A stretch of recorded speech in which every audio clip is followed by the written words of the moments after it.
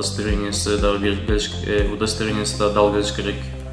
Жана ошондой эле Терексай айыл аймагынын бул жергиликтүү калктын социалдык абалын колдоо үчүн жардам берүү үчүн бул эң биринчи кезекте Терексай айыл аймагындагы жергиликтүү калктын резюмелери каралат.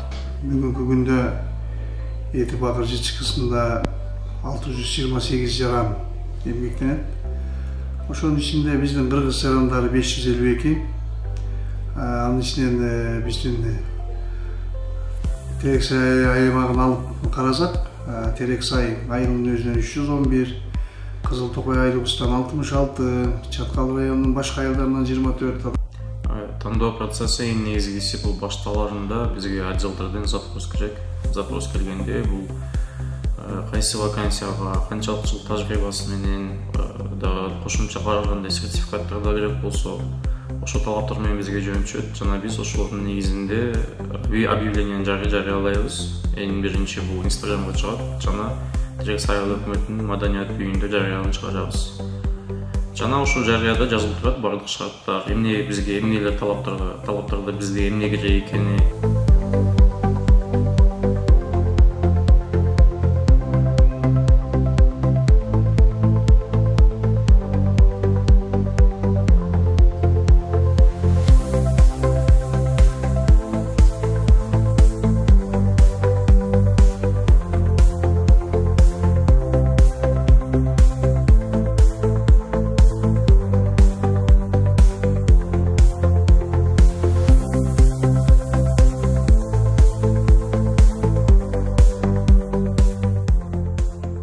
Эгерде резюмесинде же буга чейин квалификациясында мисалы бизге керектүү профессияда өзүнүн опыты бар болсо, квалификациясы бар болсо, ошондо жана экзаменге чыгара алабыз. Жана экзамен жыйынтыгы менен жумушка тандалып алынышы мүмкүн.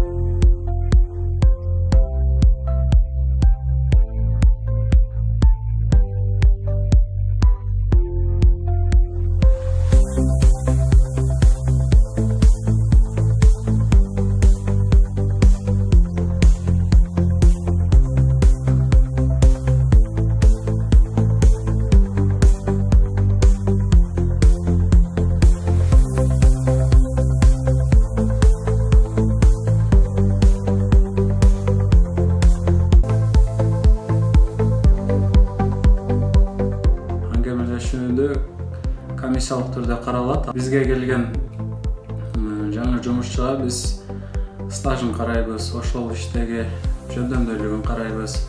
Мисалы биздеки өндүрүштүк кооптук объект болгондуктан биз ошол ар бир жумушту чоң кылдаттык менен карап алабыз.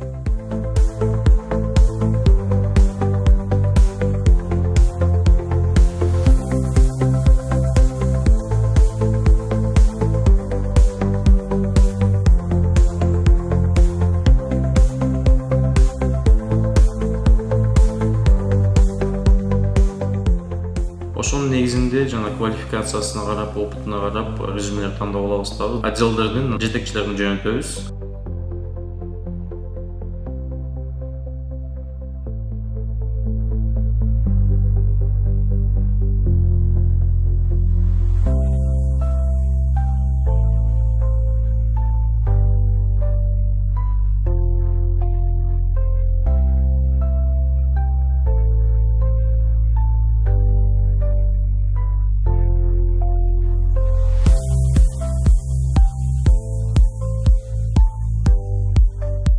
Bizim aradığımız şey şöyle söyleyeyim, sonuçta hani belli diplomaların olması tabii ki de bizim için daha iyidir. Olmasa da yetiştirmek üzere de alabiliriz. Ancak diplomanın olması bizim için şu an daha iyi. Ve onun haricinde bölgeden almamız daha iyi. Çünkü hem kendisi için hem bizim için daha kolay olacaktır.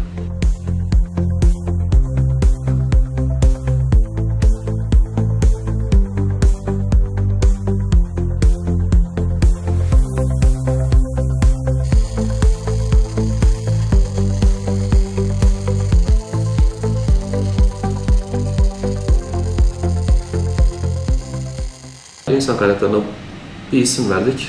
Dedik bu arkadaşla konuştuk, burada da konuştuk, sahada da denedik. Bizim için şu an sıkıntı yok, devam edebiliriz. Şu vakit geldiğinde kaç bu vakit çağırışım. Beni 3 yılda çağırdı. Gelip 3 bala olup gelip benim başka 2 bala vardı.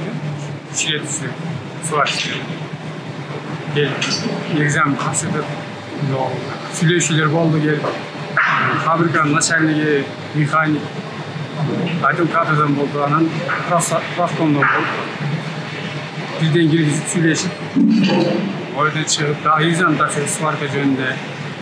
Şaminen tükettik. Keyin bir günden keyin çağırdı. Ayakta gelip dokumentlerimi alıp işe alındı dedi. Anam resim oturga bardım.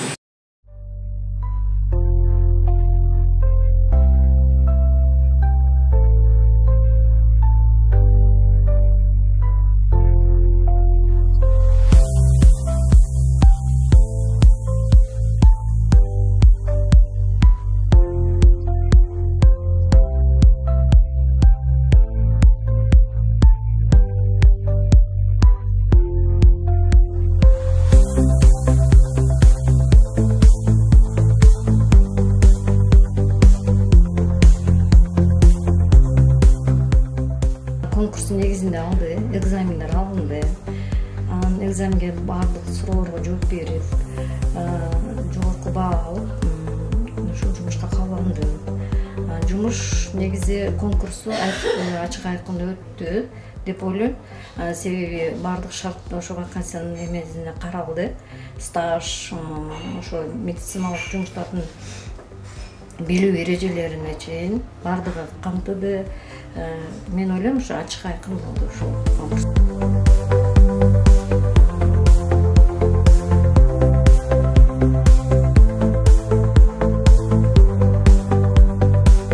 Негизинен бизде окутуу кириши инструктаждан башталат. Кириши инструктажда негизги эреженин талабына ылайык жаңы жумушка киргендер 3 күн окушат, 23 саат bir жумуштан bir жумушка которулган же болбосо мурунку өндүрүштө иштеген болсо 1 күн окушат, 8 саат. Окутуунун айырмачылыктары көп деле жок. Кириши инструктажда биздин өзүбүздүн программабыз бар. Ошо программанын талабына ылайык же болбосо түзүлгөн программанын негизинде окутабыз. Негизги эле бул жерде айырмачылык ар бир адистердин өзүнүн адистигине карап, ошол жерде жумуш аткарганда кандай коопсуздуктарды сактап иштеш керек негизги.